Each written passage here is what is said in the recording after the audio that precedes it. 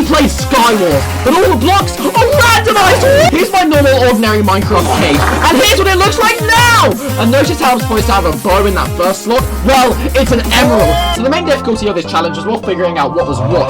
An example of which, having a stone sword as a water bucket. Yeah, you don't see an enchanted water bucket every day, eh? Though some of the texture changes are a tad bit obvious, like the dried kelp block being in Minecraft 1.8. Okay. Once I had figured out what everything primarily was, it was simply just your ordinary PvP game. Though you did see me attempt to use the water bucket in that little scrap, which did indeed cost me my life once this chap arrived next to me. So after landing on the blimmin' green bedrock, I would obviously once again build to middle, where the grass was a combination of bedrock and birch logs, and the stairs are mushrooms. So I came storming around to clean up this battle with my fireballs splashing behind me. And I was pretty damn close to the MLG water bucketing this chap to death, but that pearl saved him. Now some of the maps look reasonably alright with these texture changes, but this one looks bluntly hideous. Speaking of hideous, look at that bone. Oh my goodness, but that kill was anything but hideous. And after admiring the long enchantment tables, I of course would perish again. The texture changes very clearly impacting my ability to game, as I had to process what everything was first. And wow, while acknowledging the green wool stairs and slabs, this guy didn't even let me breathe!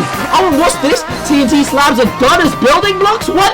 And the texture changes had an impact on my block clutching abilities, as this guy over here would learn, when he failed to knock me off!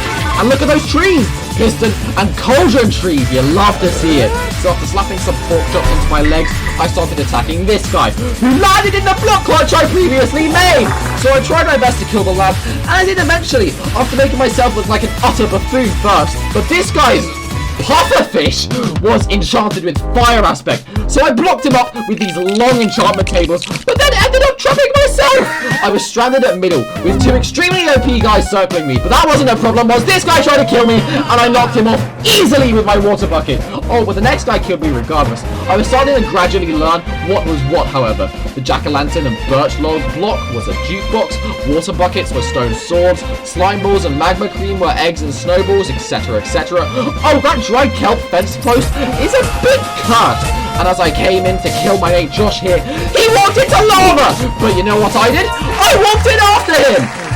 So with flames engulfing my body, let's just say I wasn't in the healthiest state to take out the last chaps. But while I was standing on top of my massive tower, this shot of my inventory, I think truly expresses how cursed this pack really is. So I went to attack the final guy, and despite using my time warp pearls to pull off that quite frankly brilliant play, the chap still ended up getting me. The goal for the moment simply being to win a game while my entire world is busy being retextured and repurposed. I had a pretty strong start around these rings of hay bales and furnaces, as I ended up getting 2 kills right at the start, until I saw this guy who was totally OP, you what? Unfortunately, my mate Ryder couldn't even clutch up with his bonkers PvP abilities and win the game using this pack himself, so I would perish repeatedly, sometimes inflicted by my own bloodlust, as shown by my death to this guy who left me alone until I rushed him. My unpredictable success rate with block clutches still remained consistent despite my altered surroundings, or my risking bridging techniques, and very occasionally would die to actual fights with people. But with each failure, I was gradually adjusting to my surroundings and my new weaponry arsenal. I didn't perish while bridging in my own typical silly manner, and with a gift of fire aspect pufferfish from one of the middle chests, I felt practically unstoppable, even though this guy gave me a run for my money. And this chap wanted some action too, so I gave it to him. However, with all these people, I had gotten pretty low. One person approaching me at the wrong time, and I would be destined to perish. Call me Saitama, because that one punch ended up saving my game.